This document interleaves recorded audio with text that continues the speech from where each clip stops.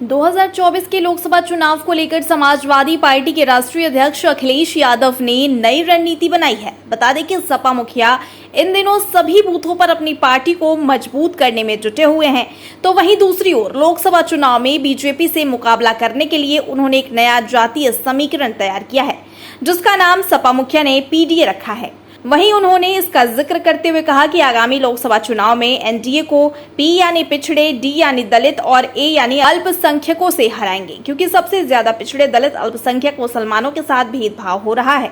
उन्होंने आगे कहा कि 80 हराओ, भाजपा हटाओ, क्योंकि यूपी में 2014 से जीत रहे हैं, अब 2024 में इनका जाना तय है।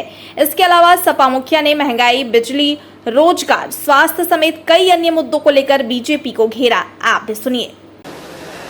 एनडीए के मुकाबले मैंने कहा पीडीए, और मैंने कहा पिछड़े, दलित, अल्पसंख्यक, मुसलमान भाई, क्योंकि सबसे ज्यादा भेदभाव इनके साथ हो रहा है।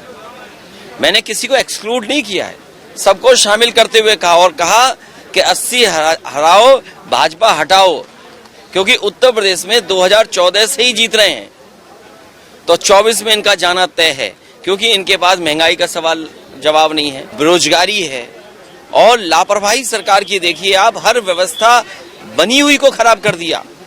पुलिस की 100 नंबर गाड़ी थी वो खराब कर दी। गरीब को या गांव में रहने वालों को जो सुविधा मिली थी, जिससे एम्बुलेंस से अस्पताल पहुंच जाते, वो मदद खराब कर दी। अस्पतालों में इलाज की दवाई का इंतजाम नहीं, डॉक्टर पर्याप्त नहीं। यही मेडिकल कॉलेज, अगर आपको याद होगा, फिरोजाबाद का समाजवादी सरकार में शुरू हुआ था। क्या मेडिकल कॉलेज की व्यवस्था ठीक कर दी?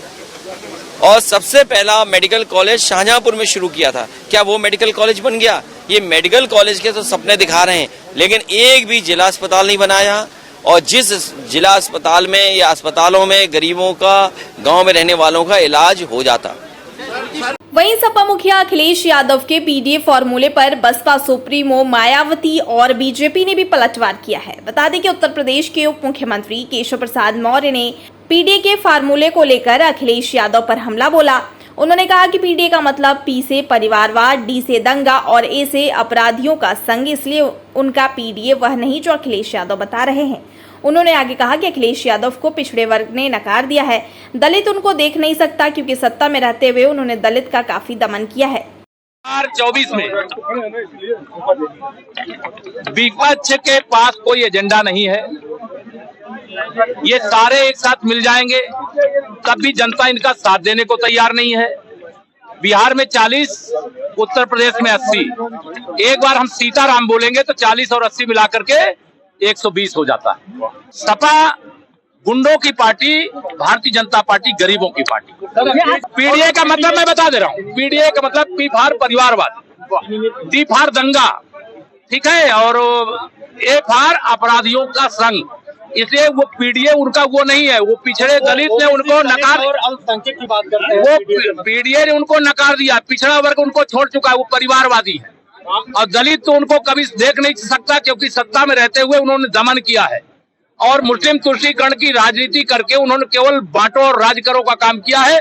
अब उनको भी समझ में आ रहा है सबका साथ सबका विकास करने वाली भाजपा। इसके अलावा बसपा सुप्रीमो मायावती ने भी अखिलेश यादव के पीडीए फॉर्मूले पर ट्वीट करते हुए हमला बोला है। उन्होंने कहा कि सपा के पीडीए का मतलब परिवार, दल और अलायंस है। ट्वीट करते हुए बसपा सुप्रीमो ने लिखा कि सपा द्वारा एनडीए के जवाब में पीडीए, पिछड़े, दलित, अल्पसंख्यक का राग इन वर्गों के अति कठिन समय में भी केवल तुकबंदी के सिवाय और कुछ नहीं। इनके पीडीए का वास्तव में अर्थ परिवार, दल, अलायंस है। जिस स्वार्थ में यह पार्टी सीमित है, इसलिए इन वर्गों के लोग जरूर सावधान रहें।